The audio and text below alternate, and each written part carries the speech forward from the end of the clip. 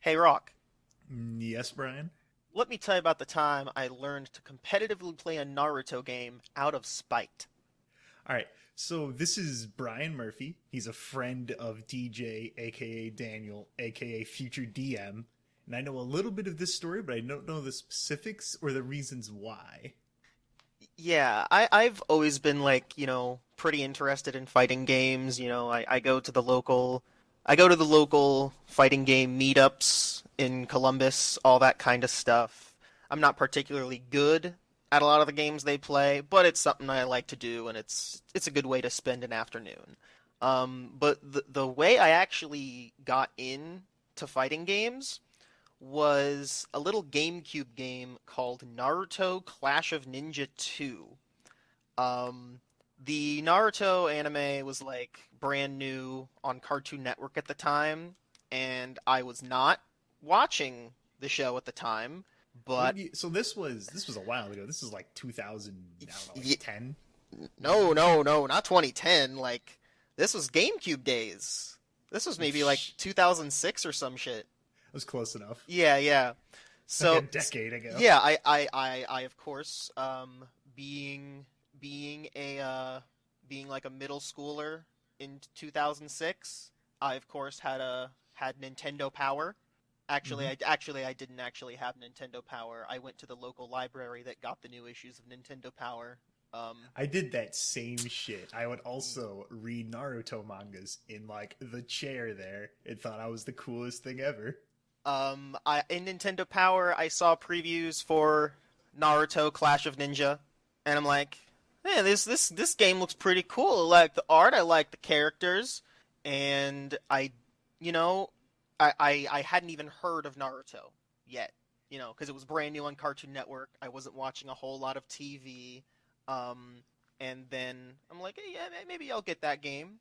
And then fucking like 5 months later, there was a preview for Clash of Ninja 2 because I guess like the games Did were they just the games did were they just like release the like it came out in Japan and then months and months and months later the US one? They're like, oh shit, I might as well just put the second one out. It just came out in Japan. Fuck it, throw I it in there right away. now you'd think that's what happened, but in Japan they only came out like 9 months apart.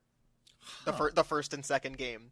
I think what they were doing was like the first game has like so little content. The story mode can be beaten in like 20 minutes and there's only 10 characters.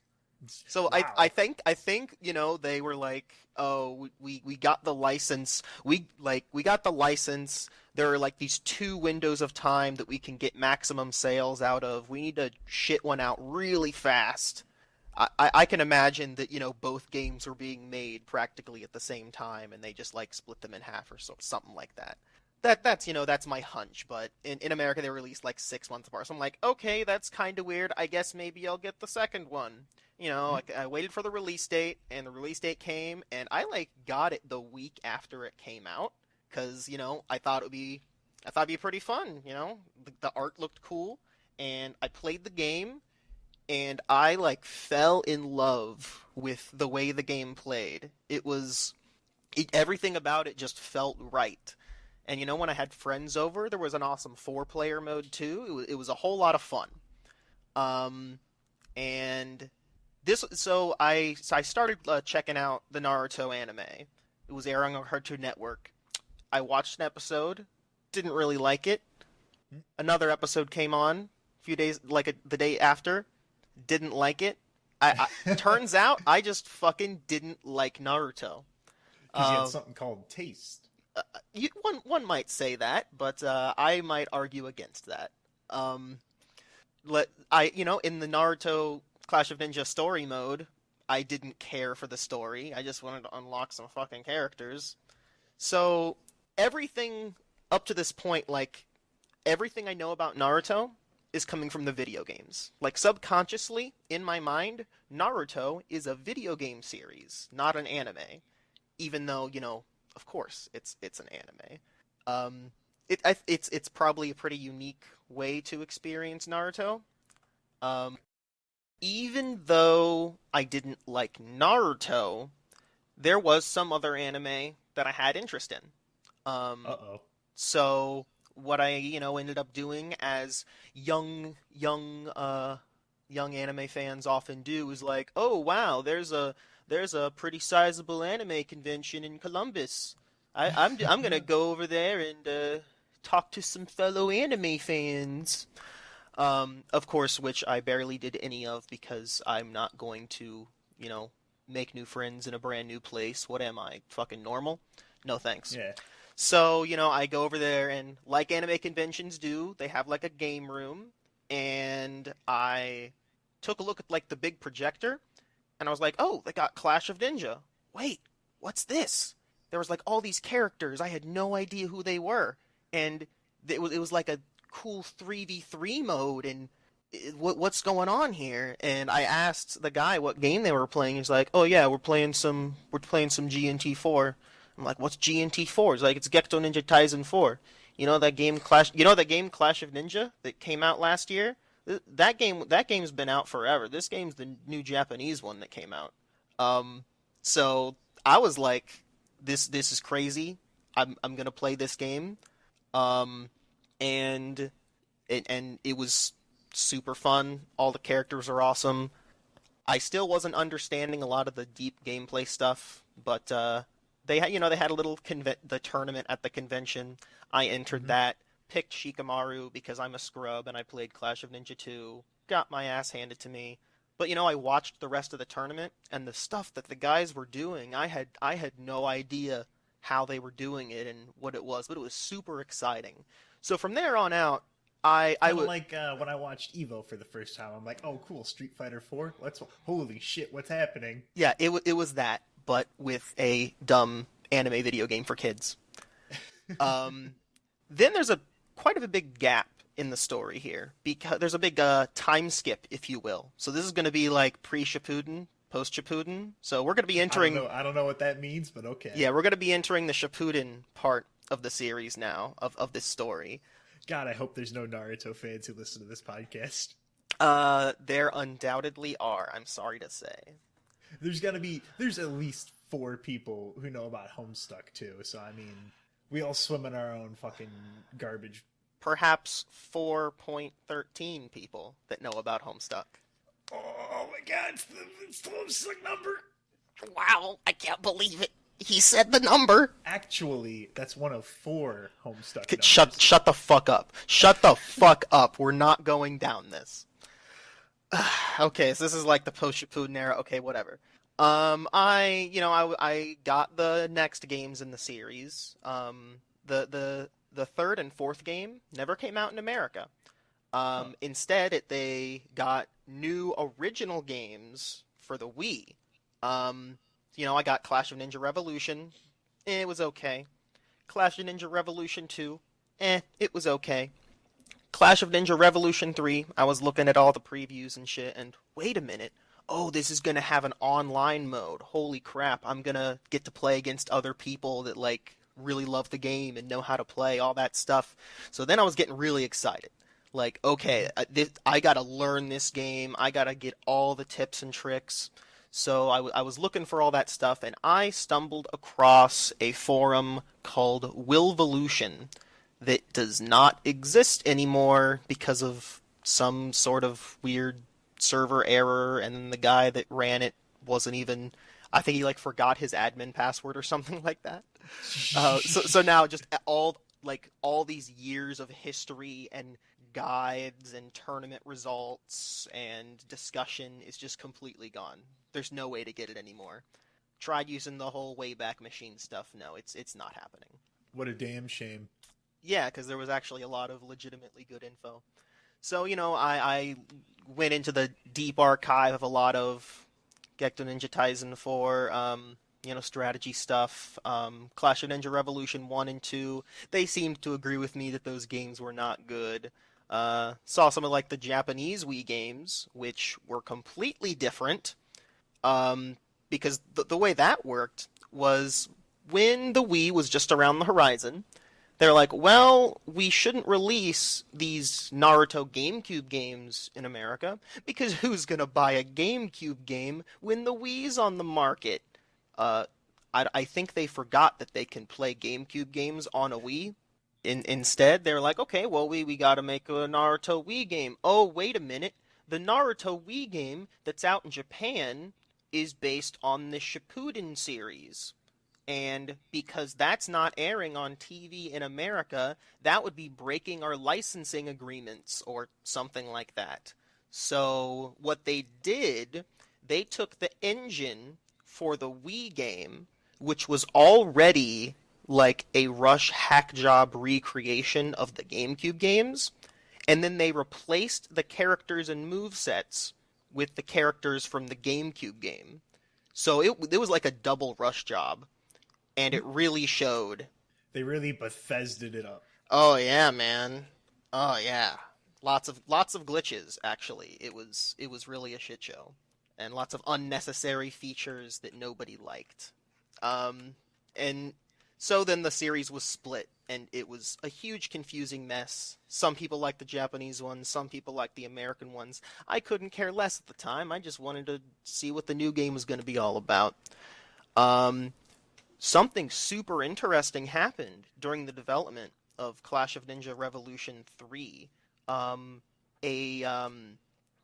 producer from Tomy was that was the Tomy? Yeah, Tomy was the producer of the game, which is, they're a toy company. Didn't know they made video games, but okay, I guess they do. Oh, is that the one where it's like a tomato with a cat face or something? No, it's not, Rock. Oh. It's not at all. Okay. Do you remember that little toy that a lot of people had when they were a kid, where they put like a pinball in this obstacle course and they move a bunch of plastic pieces around to guide the marble to the exit? Yeah, I know those That things. one's made that's a toy made by Tomy. Oh, okay. So Well, there we go. Yeah, Mystery solved. Tomy is a toy company, and I guess for a time they published video games. I think they're getting back into publishing video games, but only mobile games, as you do. The only video games worth investing in. Yeah, I think the latest thing they announced was a Zoids MOBA for mobile phones. I gotta check that shit out. It's like Gundam, but for furries. What happened was a producer for Tomy, I guess he could see that the development of the game wasn't going super well, so he actually went to the forums of people that played the series competitively and basically say, hey, does anybody in California want to come by the offices and try out the game and give some suggestions for balance? Which, that was kind of unprecedented at the time for, fucking licensed video games. That's like, those are usually like a cash grab, but this was like a producer that actually seemed to care about the quality of the product, even if he didn't really care for Naruto, which he didn't. So this was getting me double excited, like, wow, like, we might actually get a cool, more balanced game. The guys that came back said that when they got there, the game would have been competitively unviable and barely playable online. When they returned, they said it was okay. It's okay now. It's not great, but it's okay.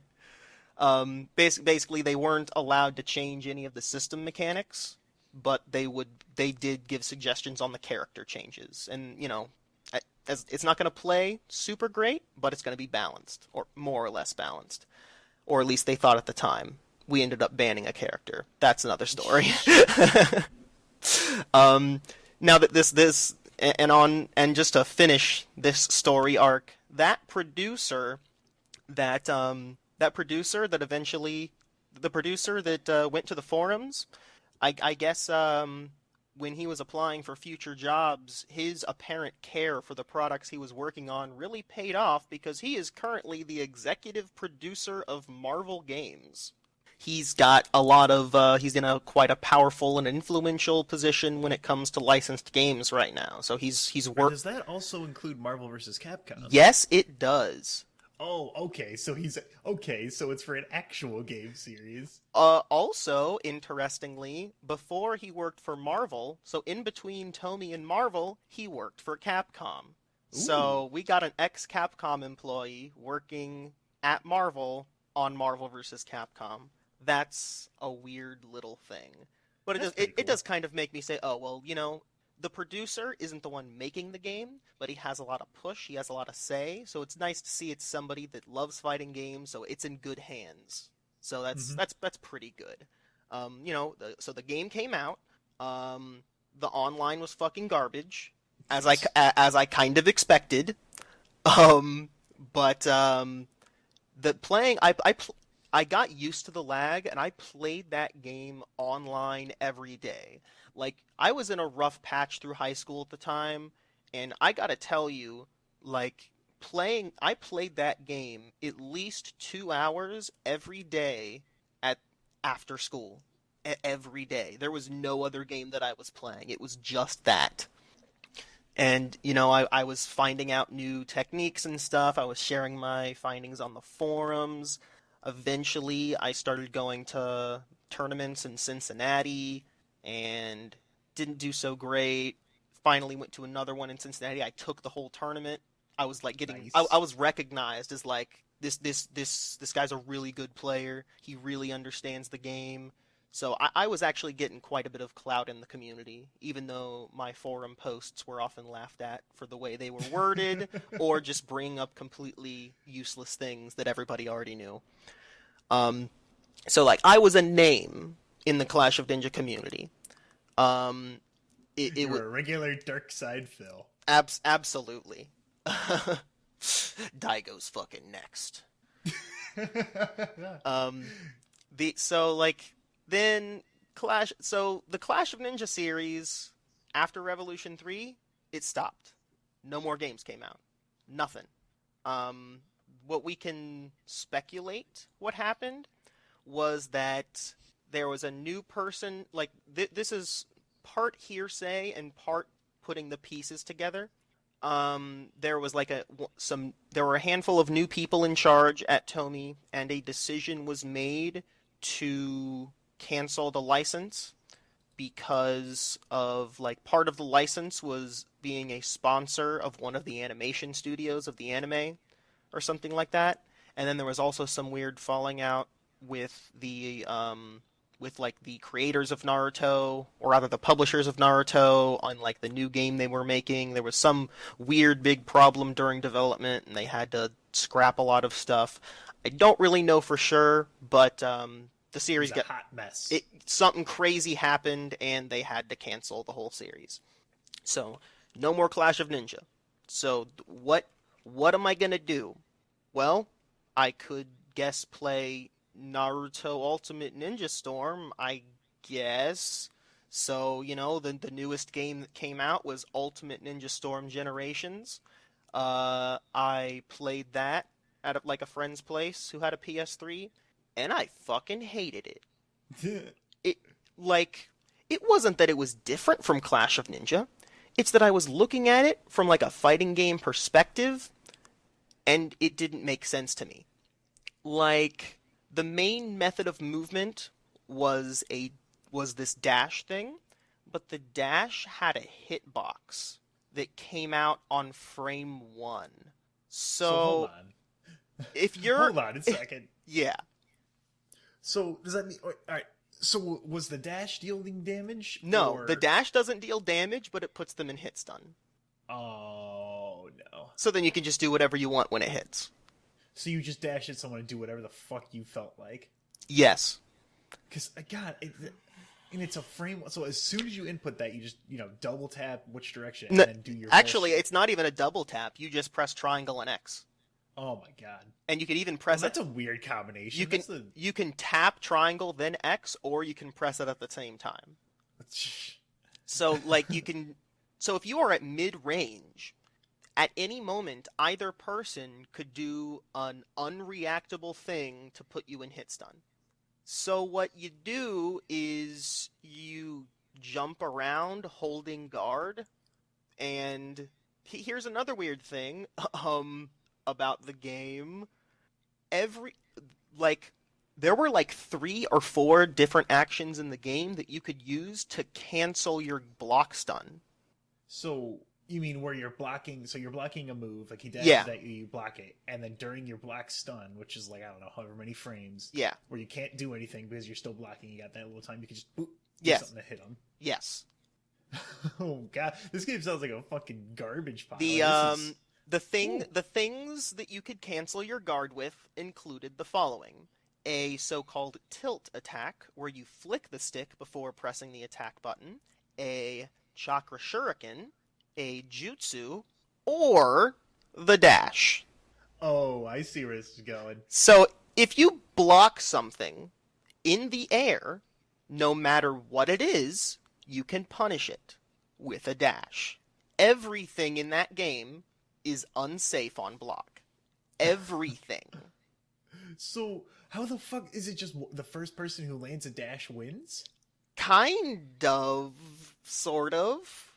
It's like fucking Marvel vs. Capcom infinite combos, only you just have one life. But here's another weird thing. It's not based on rounds. It's all one long match. And where they have like multiple health bars? There's two health bars. And it's 99 seconds, but the seconds take like 2.5 seconds to tick down. So it's a solid like 3 minutes or more of jumping around and doing a random dash. Now so you're probably wondering, okay, how the fuck do you land a hit in this game? What you do is you call your assists. If you don't call an assist and you approach, you will eat shit. So if you approach, then you like call your assist, and then they punish your approach, but they get hit by the assist. And then you maybe combo off the assist or maybe not. That's generally how it went. And your assists are on a cooldown.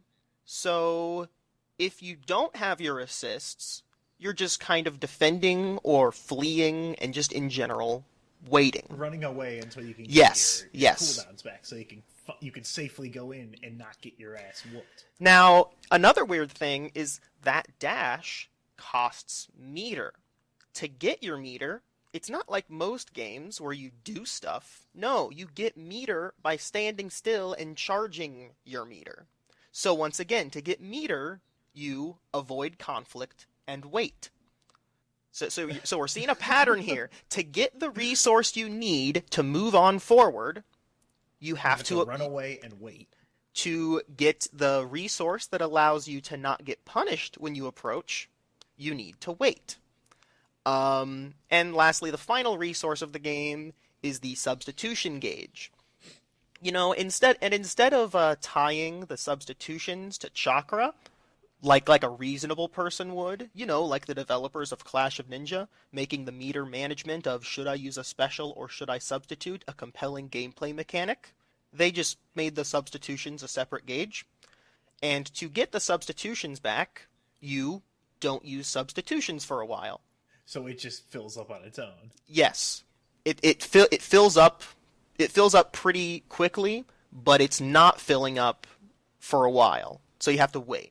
And if you substitute in the middle of that waiting period, the waiting period resets. So if you have one substitution left, you kind of want to get the hell out of there, because sure, you could go in and still keep from taking damage, but then that would reset the waiting period. So we have 3 different resources, all of which are required to safely go in, and they all involve waiting and running away. And this is like a 3D fighter, right? There's a big, Yeah, this is a arena. big free roam arena fighter. So you have like fucking Dragon Ball Z Budokai. Budokai Tenkaichi. Oh, I'm sorry. That, yeah. Get it right. Jesus. God, Mom, it's Budokai Tenkaichi. So, you know, from a fighting game perspective, you can just look at this and see that it's a clusterfuck. I had very, very little fun playing the game, save for one thing. The thing I enjoyed about that game was the hate mail I got when I was playing it online. This was my first taste of the average audience of people that plays these games. They're Naruto fans. See, in the Clash of Ninja community, there was a lot of Naruto fans. But a lot of the Naruto fans got into Naruto because they played the game. Some of the top players in Cincinnati played the Japanese imported Clash of Ninja before Naruto was even on TV in America. So they had no idea, like, Because they were what having that stuff fun with was. the games over the anime and all that. Right, so that was their gateway and all that. So like we were viewing it as a fighting game. People were viewing Ultimate Ninja Storm as a Naruto fan service button mashy fun time game. Those So fools. so what you got to do is, it's a fighting game. Your goal is to win. What do you do to win? You run away. Use whatever means necessary. So it's not only the best option, it's the only viable option to run away, get your resources back, go in for like 3 or 4 seconds at a time, and then start running away again. And my God, the people that you play online generally don't see it like that. They're like, "Why are you running away?" and all that stuff. And The average Naruto fan is also apparently a redneck. calling you a bitch, calling you an idiot, calling you like fight like a man, all that stuff. Oh, I love that. All of that. It was so good. Like, even though I knew the game was bad, playing it was worth it for that. Like, I used to have a collection of hate mail that I got, actually. He just saved like the shot, like he took a phone, took a picture Oh of yeah, the TV yeah. screen. I had a pretty big photo album. So after Generations came out, the next game that was going to come out was Ultimate Ninja Storm 3. Now, I can't just like borrow my friend's PS3 or Xbox forever. So I'm like, you know what? I've got a pretty nice job right now, and I got some spare money. When this game comes out, I'm just gonna buy a PS3 just to play this game. So I did. I bought a PS3 just to play a Naruto game that I knew was garbage. Now, this game fixed a handful of things. It made it harder to combo off of dashes, but they were still, instant, and the guard canceling was still as freeform and broken as ever. So they fixed like small stuff that they weren't even aware of. Like, oh hey, these are terrible things. Yeah, so you still have to charge meter, you still have to wait for your assist, you still have to wait for your substitutions, and going in without your stuff is a terrible idea. 'Cause, like, just fundamentally, you can think of it like, going in costs meter. Waiting for them to come to you doesn't take meter. Supers and advanced combos take meter. Why should I go in? Because if I go in, I will have less resources to do damage. Like, just even if it wasn't about running away, you can just see the problems already with that. So that the game introduced a weird mechanic called instant awakening. The awakening mechanic in the previous games was like you get to low health. I think it was like some weird percentage, like 2/5 health, and then you can charge up your chakra, and then you get like a super powered up mode for a limited time. And then when the timer runs out, then you have reduced attack power and defense for quite a while. But that was only like half of the characters in the game that had that in Storm 3. The other half had a mechanic called Instant Awakening, which was their awakening was a little bit weaker. Their stats were buffed less, but you could flick the right stick and awaken at any time you wanted, and you could turn it off at any time you wanted. And you didn't get the power down when you turned it off. The only downside was that while it was on, your maximum chakra would slowly tick down. So you would have, less maximum meter. Although when it was off, it would go right back up. And you would just have to charge. Oh my God. And you would just have to charge for a little bit to get it back. So it didn't take a rocket scientist to find out, like, oh, wait a minute, I can cancel my attacks with my awakening activation and deactivation. Oh, I just do a move with a lot of hit stun, turn on awakening, do a move with a lot of hit stun, turn off awakening. I just did an infinite for basically no resources, forcing them to substitute. I don't know how the developer of these games fucking sleeps at night with these backwards ass system mechanics. Like, cause I'm I'm a moderate fighting game player. I'm not very good at all. But even I can see this and just see the like right away, like this is not going to work. And the funny thing is, the average person that plays these Naruto games, and even the people that are really good at these games, don't play any other fighting games, so they don't know how bad these mechanics are. It's kind of like Smash Bros, where it's like a lot of the people. Well, I don't know if that's true. I think Hungrybox plays Street Fighter. Yeah, a lot of pro Smash Bros players, they when they look at other fighting games, they can't really understand. It's not that they can't understand it or whatever, but it's so different, and they can't see how weird Smash Brothers is. The difference being, although there are a few bad things about Smash Brothers, it's not a complete clusterfuck. There's like a plateau of fun that I've found for Smash Bros. It's like you start Smash Bros, no one knows what they're doing. People don't know that you can up B to get a third jump. And once you figure that out, you get everyone working. It's like, oh, this is really, really fun. Goes high up. And then you hit a certain point where it's like, oh, hold on a second. I can't just go in and throw some smashes around. I can't just, walk over and do a down smash. Now I have to play safe. I have to use projectiles. I have to do all that. And then it like plateaus. And the fun stays right there or starts to go down. That's why you... And then as you get better and better, then it shoots right back up again. You get to, like, melee levels. That's why you play with items on. Play with items on. It's way better. I'm fucking sick of going to, like, a friend's house and then like, hey, man, you want to play some Smash Brothers? And it's like a 4-player battle, but they all have items off. Like, look, it's a free-for-all. I don't think this is a contest of skill. In a 2-player game, I prefer items to be off. Right, but, right. Like, in 4 players, like, just let's all calm down a second. This is fucking Smash Bros. There's so much shit on the screen. Like 8 players, you should have fucking items on. Yeah, that shit pisses me off so much. If it's a free for all, just fucking put the items on. It's not a test of skill.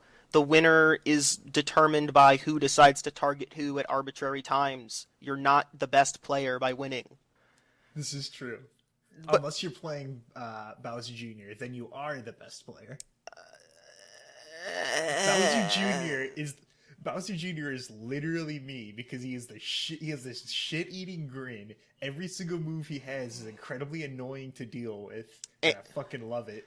And he's also like you in that he's like a 2-foot tall and he's a turtle in a rocket car, and he's just like me. And he's barely a tournament viable character, and people often forget he's in the game. Exactly. Nice.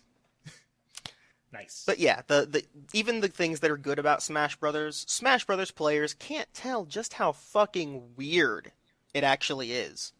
So these Naruto players, they couldn't tell that the things that were bad. Or, they were just being like, I would often get messages being like, the game's not bad, it's just players like you that make it bad. Which is, the game's not bad, it's just playing it optimally makes it bad. Right. Which, that's... Playing it competitively makes it bad. That is the best argument ever. Yeah, we don't need to elaborate on that kind of argument.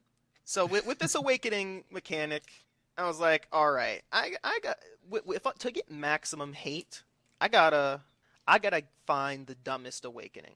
And by God, I found the dumbest awakening. Just keep in mind, this was before there were tournaments for this game, so I wasn't really trying to win money. I was just being a jerk to get hate mail. I found a character called Conan.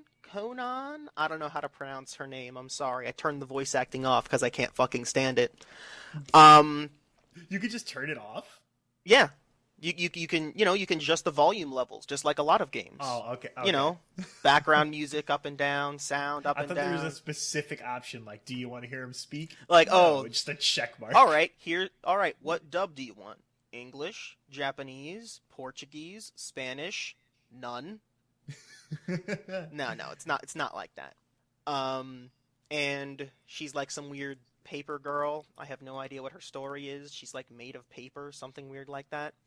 But when she does her instant awakening, her movement speed like quadruples. I see. I already know where this is going. Her going. attacks are garbage, but her movement speed quadruples. So she's able to run away very quickly. Very quickly. no character's chakra dash is fast enough to get her. So you just start a fight like, oh, okay, I'm low. Let me hit you and stun you, pop on that, fly to the other side, charge up all my chakras. Yes. All right, let's do this again. Yeah, and even better, they're gonna keep dashing to try to catch you, and that takes meter. Yes, so they have to stop. And when they're stopping to charge, that's when you turn the awakening off. Oh. And then like, oh, I ran away enough to get my assist back. Oh, I'm gonna use the assist that plants bombs on the ground. So now I get the assist, turn on awakening, dash at their guard like 3 or 4 times. Okay, cool. It broke their guard because they fell into the bombs and blocked 4 of my dashes. Now I just attack them maybe 3 times, and now I run away again. It was God. Shortly after the game, got a much smaller player base, so I couldn't make people as mad. I looked online on some website, and they listed... It was actually a website of people that were, for some reason, taking the game seriously, even though there were no offline tournaments. They were having all online tournaments, which is the dumbest thing, because you have to play online differently than the way you play because you online. Can't react. There's a difference between playing a fighting game on a couch with someone, or face to face, on a desk or something, than it is playing online. It's like a whole different game. Even if you are playing with an optimal connection, very low ping, no packet loss, all that jazz, it's not a worse game, but it is a different game. You can't take certain options because you won't reliably be able to react to them online. Right. So, the metagame they were building was based around online play, because that's all they had. But even still, they were all recognizing Conan as the best character in the game. So I was like, okay, cool. I have an eye for this stuff. It was nice little confirmation of that I was a smart feller, not a fart smeller. And then Ultimate Ninja Storm Revolution came out. Played that too. There was a weird that game was, believe it or not, worse than Storm 3. The fuck did they do? All right, this is the best shit. So, you know how you could just kind of break out of block stun with a bunch of different stuff whenever you wanted? Mm-hmm. I guess some guy decided that there weren't enough defensive options in the game, so they added a universal counter. So, the counter works on the dash as well. So the dash is even less safe. And this time, they actually added a little startup to the dash, so the hitbox doesn't come out instantaneously. You can react to the dash. Ooh. Wait, if you can react and counter it. Yeah. So never air dash ever, I guess. So there you have even less options of safely getting in. And the way the counter works is the worst counter I have ever seen in a fighting game ever. So, you got the substitution system, whenever you take damage, or before you take damage, you can just pop on out of there, spend a substitution, has the recharge, has all that, whatever. I'm guessing it's like Marvel vs. Capcom, where you just, one person swaps in? No. Or is it like you disappear? They turn into a log, that kind of thing. Okay. And in Ultimate Ninja Storm Revolution, if you land a counter, the enemy gets dizzied. So, they get stunned for a few seconds so you can do whatever you want. Yes, and they can't substitute during the dizzy. Ooh. The counter yields more reward than just getting a hit in. And this isn't just massive reward. This isn't just baby damage. You could get a combo into your ultimate with the amount of stun it gives you. So can you counter anything? You can't counter special attacks or projectiles. Okay. But it just basically makes them too scared to dash, really. Because if you react to it, you're fucking dead. Yes. Online, you can't react to it. But when I went to conventions and played it in the game room, I was doing it every time. People were getting really mad. It was pretty good.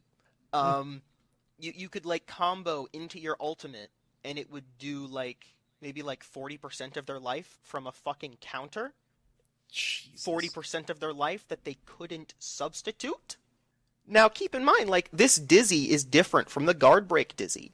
The guard break Dizzy is way shorter, and the guard break Dizzy you can mash buttons to shorten the length of, like many Dizzies in fighting games. The counter Dizzy you can't mash out of.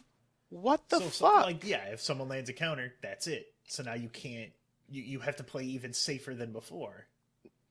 Yeah, but then, you know, when you play safe, you're not going to make up the life lead, and the matches take so long, and it just gets drawn out, and all. Generally, if you're playing Ultimate Ninja Storm, any of those games, if you're good at the game, it's going to be a timeout. It's just going to be a timeout. Like, I was watching some, like, online tournament footage. I want to say, like, over half of the matches were a timeout. It's incredible. It's pretty special. But then but this is it. This is the final part of the story and the climax of the story. The last 45 minutes have been leading up to this final part of the story. It was you know, there was a lot of filler episodes. There was a lot of during battle dialogue, but finally we're actually going to get to a story that matters. Truly, we are a shonen anime. I thought you were going to say, truly, we are Ultimate Ninja Storm 4. Really, Namco? Really? What do they mean by this? Oh man, I didn't even talk about who was making the games. I can get another side note here. Okay. The people that let's hold it back. Yeah, the people that a little bit longer. The people that make we gotta Naruto. Wait for the anime to catch up. Yeah. Oh, there you go. The people that make Naruto Ultimate Ninja Storm is a developer you might have heard of before. CyberConnect 2.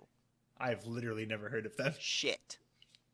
It sounds like some jank ass thing. All right. Here's a game you may have heard of that they made. Asura's Wrath. Huh. So I liked Asura's Wrath. That game was cool. Yeah, but if I could describe it, I would say it is meh to non-existent gameplay, gorgeous visuals, and general feel. Mm-hmm. That's true. Here's another little multimedia franchise that you may have heard of. Dot Hack. I've heard of it. I think it's about video games. It is about video games. It was like one of the progenitors of the whole trapped in an online game sort of story. The PS2 game was like a faux MMO. It was a really weird single player MMO sort of thing that like simulated all that kind of stuff, and like party members were supposed to be like other players, even though it obviously wasn't. It was a weird thing. But, you know, the general consensus was, hey, this is a pretty cool concept, but it's pulled off pretty shittily. The reputation, you know, they were getting was that, like, they make fucking gorgeous visuals and amazing art direction in general. Have you heard of a 3DS, I think, game called, Solitarobo? Yes. That was CyberConnect 2. Yeah, so they're great at art. All that stuff. Oh, wait a minute. You'll definitely know this one. JoJo's Bizarre Adventure All-Star Battle and Eyes of Heaven. Is it a JoJo reference? No, it's not. It's literally a JoJo's Bizarre Adventure video game. It's a JoJo reference? It was certainly something. So after that game came out, I was starting to get a little bit of hope. Because although they put out a shitty product, they improved their shitty product. So it was telling me, all right, they're getting better. They know how to like make a better fighting game. This Ultimate Ninja Storm 4, this might be the one.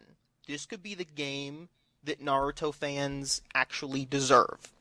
Even though what they deserve is Clash of Ninja, but that game didn't have super flashy visuals, so I guess they don't care. Whatever. What they deserve is to get fucking drop kicked in the stomach for watching Naruto. More than just drop kicked in the stomach, but we could just leave it at that. So I was looking at some of the trailers for Ultimate Ninja Storm 4. They added a mechanic that when I was looking at screenshots of the older Storm games, I had assumed this mechanic was here all along. Finally, it was getting added. The ability to tag between your characters. bet All right. I bet that you maybe expected the games to have this mechanic when I mentioned assists. I assumed, yeah. Was it just you choose a character, then you choose your assist to call in like fucking Pokken? Yes. And the characters were regular playable characters, but you couldn't tag to them. Huh. So basically what you did was, I'm going to pick my favorite character and then pick the 2 top tier assists, and that was it. Great. All of these assists, and only like 3 or 4 of them were actually viable. And then, of course, you'd get people online that would be like, you're using these cheap assists, you should make a team of characters that's like canon or thematically makes sense. Oh god, I'm gonna fucking hurt myself rolling my eyes so hard. Yeah, that was actually a lot of players. They wanted you to play quote unquote what they called real teams. They called it real teams, where you like pick a team of characters. Whereas, like they would be like, you're not even using real teams, and then I would usually send them a message saying, I don't know who the real teams are. I don't watch Naruto. I can hear them shrieking. It was pretty good. It was like, oh, I'm gonna pick all Akatsuki, or oh, I'm gonna pick all characters that, even something simple thematic. I'm gonna pick characters that all use poison attacks or whatever, stuff like that. And there was also people that optionally you can pick a team of 2 characters, but that your assist comes back twice as fast if you pick the team of 2 characters. You'd think that balances it out, but it really doesn't. You're just taking away variety that would better suit you. So oftentimes, if you run into a person using a team of 2 characters, chances are, like, they are just trying to stroke their own dick with how much they like Naruto, that kind of thing, or like, trying to get their EP going of, man, I beat this guy even though I was only using 2 characters. The low tier option select, as it were. Yeah. Have an excuse when you lose and a reason to brag when you win. So Storm 4 has character tagging. Alright, that's cool. Here's a weird thing. All the characters share the same life bar. So you might wonder, why the hell would I tag? And that's, when the game came out, that was initially what I thought. I was thinking, why should I tag if they all share the same life bar? My first impressions of the game were that it was trash like all the others. They did actually did address some things that were problems, like the block stun canceling. They put a lot of limits on that. So there were actually like true block strings that you couldn't really get out of until certain points. So with some characters, you could actually do block string infinites. So if they block something, you can just guard break them no matter what. They're forced to substitute. So that added a little bit of reward for getting in, which is, that's what the game needed. It's still a step in the right direction. Yeah, it has a bunch of systems, still based on weighting. You can still block in the air and punish most things without risk. But if you do catch them on the ground, then it's over for their guard. It's pretty cool the way it was working. But even still, it rewarded running away. And the tagging seemed pretty useless except to extend combos. So when they have no substitutions, you're just like, okay, hit them a few times, tag, hit them a few times, tag. Tagging took up your assist gauge, but it only took up half as much. So, yeah, it's whatever. It let you tag mostly whenever you wanted, because by the time you hit them, you'd probably get half of it back. And I was thinking, like, this is pretty alright. This is whatever. And I actually, but before I bought the game, sorry, I gotta rewind. Before I bought the game, because I actually didn't plan on buying the game. I told myself I wouldn't buy unless it was just fucking amazing.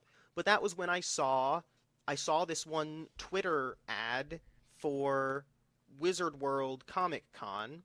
They were teaming up with Bandai Namco and Capcom to have like a tour of events at all these different comic conventions they were doing, where they would have like Tekken tournaments and Street Fighter tournaments and Naruto tournaments. The tournament, if you paid for a badge for the convention, which costs way too much because it's a Western corporate as fuck anime convention, you would get into the tournament for free if you wanted it. So I'm like, how much would I win from this? and it turned out that the prize pool for Naruto was half as much as the other games.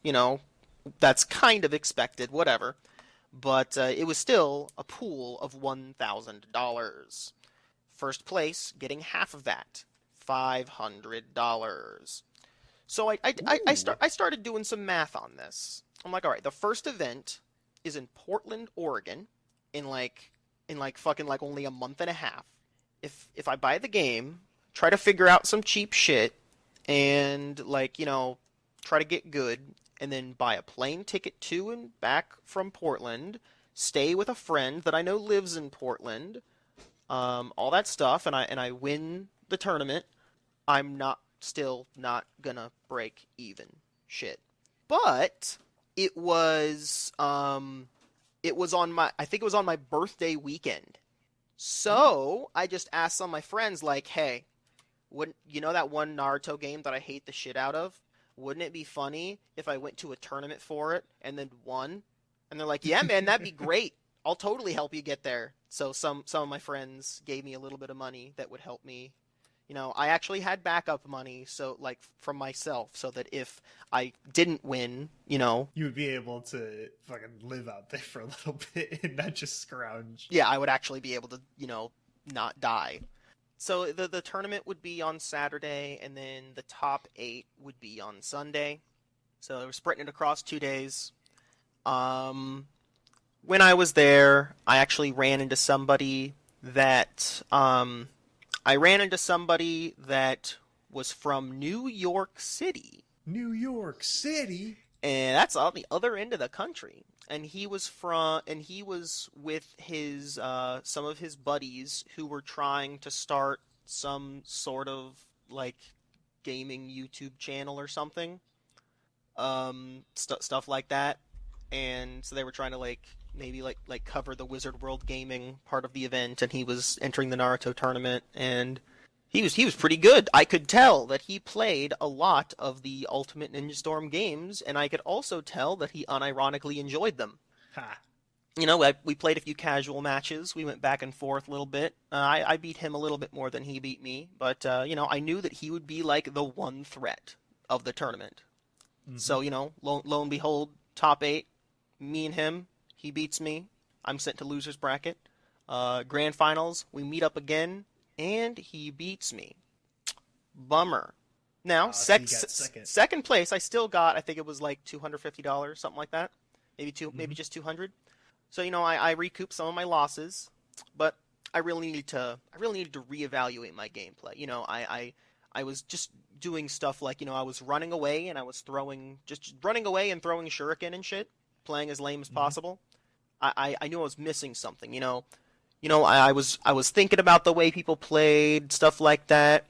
When I figured out something, the way you play that game, or at least Storm 4, isn't just that you're running away. It's often that you get close to them, but not too close. You have to be close but non-committal. You have to make it look like you're being aggressive, even though you're not. So that you try to make them flinch, that sort of thing. Yeah. So I after thinking about that, I was like, okay, I think I'm starting to get it. The next event, I might understand this, but that thinking and strategy only lasted so long because I was like, or I could just try to find some better bullshit. So yeah, you gotta find a more bullshit strategy. Right. See, the characters I was picking were characters that I foolishly thought were good characters. They were actually not good characters, except for one of them. And I basically I had to do a lot of experimenting with the character tagging aspect of the game. I did some searches on YouTube. I looked through some forums of people that were forming clans in the game, because I guess the online scene for this game has clan battles for some. I'm thinking clans like fucking RuneScape, and then I remembered that Naruto's about ninja clans, isn't it? That must be why they call it clans. Wow, I didn't make that connection. Because I was thinking for some fucking Fist of Gothic shit. This tag mechanic turned out to be, in many people's eyes, the thing that broke the game. And in my eyes, it wasn't a game breaker. It was a game changer. It was a great equalizer. It made all the bad things of the game not so bad. So you could do all kinds of dumb trickery. It wasn't just about the tagging wasn't about survival like most games, since you shared the same life bar. Instead, it was about like utility. You could do certain actions and then tag out, and then your other character would complete that action before leaving. So, for example, let's say somebody is jumping and double jumping, holding up their guard. The average player might say, dash up at them. No, they get punished. What are you, stupid? What I do is I dash up at them, tag just before my character leaves the ground. They try to punish the character that I tagged, but hitting my assist does nothing. So I punish their failed punish attempt. I see. It actually allowed me to be aggressive. Everybody else I was playing online was playing like a regular Storm game. They were playing, traditional runaway defensive, or they were idiots that were just mashing buttons. But all the people that knew what was up, I was starting to frickin' destroy them because they just didn't know how to handle it. And God forbid they start to be aggressive on me because they don't know how to do that. They've never had to do that. And I'm like, all right, this might be the thing that totally gets it. It wasn't the thing that totally got it for me. There was more. I found a glitch somebody found. At the time, I didn't know how to do the glitch. It just kind of happened to me once at random, and I wasn't sure how to do it. What you do is you tag out, and then on the frame that your character leaves, you press the attack button. When you do that, they don't leave and instead finish their entire ground combo. So you could fake out having a switch. No, it's actually way better than that. You just have your guy attacking for a good 3 or 4 seconds. Oh. And if they get punished, it doesn't matter because they're not going to take damage. They're your assist. And since tagging takes half as much as an assist, why would you ever assist when you can just tag a shit ton? So you could just throw these, essentially invincible people in there to throw attacks out Yes. for you. Yes. It was totally that. And please tell me there's an assist that just, throws projectiles or something. So you can just keep spamming those forever? There are characters that have projectiles in the middle of their combos. Ooh. But even better is a character named Madara Uchiha. Is there a single character... By the way, is there a single character out there that could defeat Madara Uchiha? We're not talking about normal power. But his combo... The first hit is like this short-ranged elbow that totally sucks. But every hit after that in the combo, he has this weird, giant ghost skeleton armor. I don't know how it works in the canon, but you're just going to have to trust me. And the giant skeleton arms have swords, and it reaches, 9 character distances in front of him. So they can't back out. They can, but it's a little bit hard. So it locks them in place, and then I can go in with my other character and proceed to do a block stun infinite. Because remember, that game has those. And I was getting pretty alright at doing it, but I wasn't doing it 100% of the time, or even half of the time. I knew it wouldn't be super viable for me. But there was another dumb technique that I knew would take me far. There was this thing where if you do a jutsu as you're tagging out, your tagged out character will not only do the jutsu, but it won't cost chakra. Oh no. So effectively, assists are your jutsus, but the only difference is you're doing an assist with yourself and then tagging out to somebody. So you just So I found what I thought to be the best jutsu in the game for this, which was Naruto from the last movie, and Hmm. his jutsu, when charged up, and by the way, doing this glitch charges the jutsu, awesome. Um, Naruto the last, he charges up, and then he shoots out four clones in quick succession, all doing Razengans that knock down on hit. And uh, each clone has tracking individually. So if they dodge the first clone or like move to the other side, the second clone will still go after them. Or hmm. let's say they substitute the second clone, the third clone still goes after them. So they all track separately. It was super dumb, super awesome. I could be at long distance. I could do the thing with Naruto, and I just go in with whatever character I attack on. And oh, they punish my going in? No, no, you don't. Fuck you. So I knew that. That would be a staple of my team.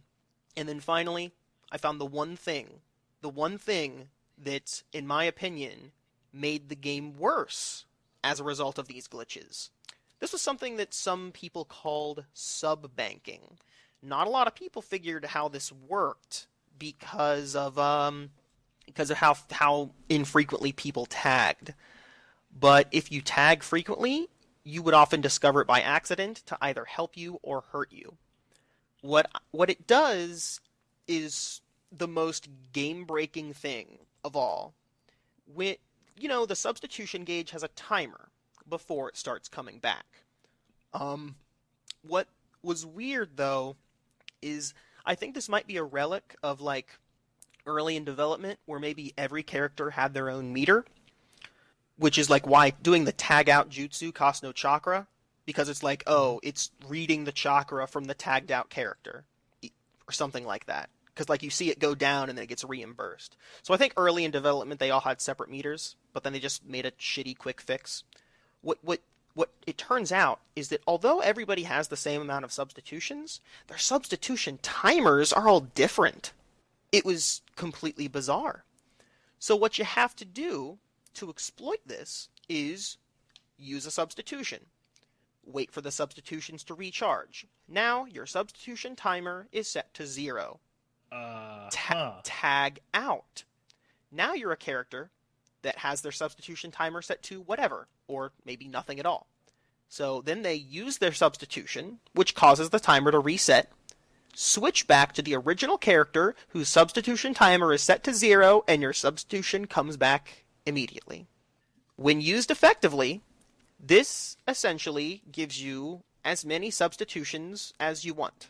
You can go in really without risk most of for a lot of the time. Now the way it could work against you is if you really want to do a cool technique that requires you to switch out, but you're waiting for your substitutions to come back. That's the only downside. Eh. So yeah, just use it effectively. So I'm like, okay, the combination of these dumb things is gonna like guarantee that I win the next event. I was thinking about not going the next one, but this time I really gotta go. You're So, basically a shoo-in. oh, absolutely. So I booked my stuff for the tournament. It was in St. Louis. I was like, hey, that's actually kind of in driving distance. I'll just go. So I took my car. Surprised it made it. I before leaving, actually, I printed off a little list of all of the areas I would be driving through and what the NPR stations were for each region because I need to drive with NPR on. I I just I do the same. NPR can be pretty fun. especially in the mornings, man. They know what's up. And by mornings I mean 11 a.m. because that's morning for me. The ass crack of dawn. Ah, absolutely. Got to the tournament, got my shit. Once again, tournament on Saturday, top 8 on Sunday. This time I skipped out on going Friday because fuck it, why would I even? No Hmm. tournament. Because when I went in St. Louis, sorry, when I went to Portland, I actually didn't know the schedule because the website was shit at And so you had to buy all the days. yeah, because they didn't they didn't convey the information very well. Oh, also interesting about the Portland tournament, the website said grand finals would be 3 out of 5. They changed the rules to 2 out of 3 right before grand finals started because the tournament was taking too long. Because of the fucking runaway strats. Yeah. In St. Louis, I noticed that the guy from New York was there. Guess he was looking to get another win under his belt. There was also another guy there that looked to know how to play the game, and he was actually a YouTuber, a moderately well-known YouTuber in the Ultimate Ninja Storm community, and it was actually a name I had heard before. I'm not going to say the name. I was going to say, don't say I'm it, not doing it. Pay me. I'm not doing it. Or I could say the name. This ain't a charity. I could say the name and then you bleep it out later. Can I do that? Maybe? No? Nah. No? I'm not going to care enough to do that. That's fair enough. I don't think you care much about anything. You know it, fam. Hey, Mom, instead of tucking me into bed tonight, how about you tuck me into this? But okay, so this guy, I had actually seen some of his videos before, and oh my god, he knew how the game worked, but he clearly had a turbo scrub attitude. Like I remember a pretty funny quote from one of his videos was like, "Just because you can do something doesn't mean you should." In a competitive fighting game where you're playing with money on the line, you got it, pal. Yes, stuff like that. He would do like match videos with commentary, and he would make pretty passive-aggressive comments about how unfair people were being sometimes. That kind of thing. That kind of thing. That's fine if you're playing with like your friends, but if you're playing at a competitive top level, fuck off with that. I actually struck up a conversation with this guy. We actually played some games outside of the tournament, and I actually had fun. I was having fun playing Storm because I was using all this crazy switching stuff. He wasn't doing crazy switching stuff, but he was switching occasionally. He was doing some stuff, and he wasn't even complaining. It was pretty cool. Now, I was planning on the substitution saving glitch thing. I was planning on saving that for when I really needed it in the tournament. Mm-hmm. But this guy was really personable. I really liked him. He seemed to like me. He was a really friendly guy. I really wanted to make friends with him. So I'm like, hey, I gotta show you this thing. So I showed him substitution banking, and he was like, well, I guess that seems kind of broken, but like if every character can do it, then I guess it's it just kind of changes the game, even though it totally sucks that it's in the game. And I'm like, now I'm showing this to you so that if we fight in the tournament, you can use it against me, because I'm sure as hell going to use it against you, because I know I know you're good, and I'm going to use this to the best of my ability. Like, I need all the help I can get, and I want you to do the same. Like, it's a sign of respect, Like, yeah. This guy is... I want this to be a fair fight between us, because you're pretty good. Right, because this guy is all about fairness, right? He was saying, oh, that's unfair. So I'm like, okay, I'm making this fair. I'm showing you how to do this thing. So, I want you to use it. That's how you push the metagame further, as it were. You find counters to counters until eventually you find the top tiers, whatever. So this guy actually played the guy from New York in tournament, and he actually beat the guy from New York. So nice. I in winner's bracket, I didn't get to fight him. And then I played against this YouTuber guy, and I did the dumb broken shit with the Naruto clone assist, and I was doing the substitution saving as much as possible, generally going crazy and whatnot, and I beat him pretty convincingly. And then in loser's bracket, he fought the guy from New York. So I didn't even get to fight the guy. I didn't get my rematch. You didn't get to do the run back. Nah, man. I knew, but I knew I could beat him. I was watching the way he was playing. He was never switching. And you're like, yeah, yeah. Yeah, I've played people online like this. Like, I know what to do now. Now this YouTuber guy, we got up to grand finals, and I pretty easily stomp him. Mm-hmm. And I'm like, yeah, good games all around, whatever. And then, the people that were running the tournament clearly recognized me from Portland, where I got second place, and this time I won. So this was like on stream and stuff, right? Mm-hmm. And they handed me a mic to see if I wanted to say anything. Oh no. This is when in hindsight I made a massive mistake. Because what did you say? Because this whole tournament, even though I was winning and I knew I would win, I was actually very salty the entire time. For very good reason, I think. You didn't get to fight the guy? No. It was actually for a far more legitimate reason, I think. Now, Wizard World, in their infinite wisdom, they decided that the Ultimate Ninja Storm tournament was taking too long in Portland, so they decided to change the rule set for the St. Louis tournament. And for whatever reason, they decided to change, instead of changing it from 2 rounds to 1 round, they changed the timer from 90 seconds to 60 seconds, which obviously all that did was make even more timeouts happen. Yeah. Unless you were fighting against me, in which case I rushed that shit down and show no mercy. But every other match, it was just timeouts.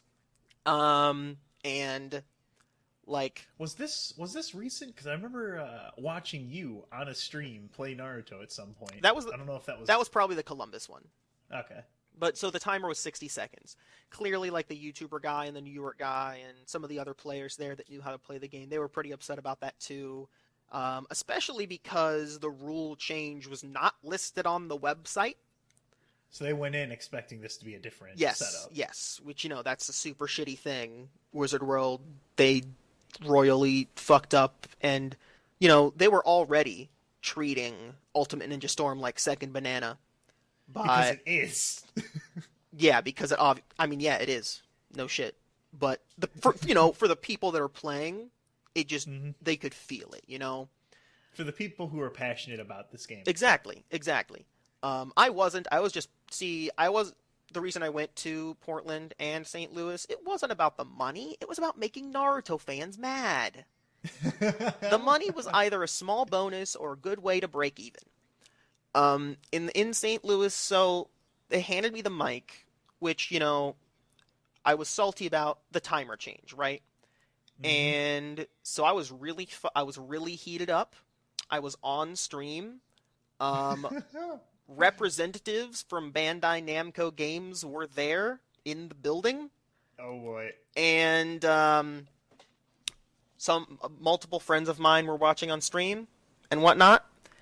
And alright, I said some things that I should not have said, but the only reason I shouldn't have said these things was so that in the future they might have given me the mic.